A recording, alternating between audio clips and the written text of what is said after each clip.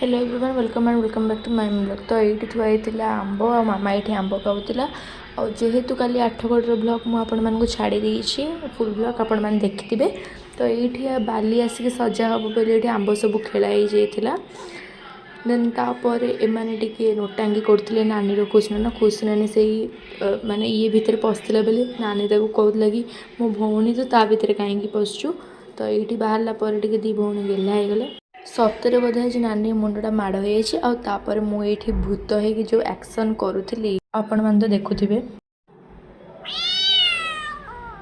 तो ये आमर कथबार्ता चलता कि मु नानी कहली कि तू हूँ तुलसी और मुझे बिछुआती।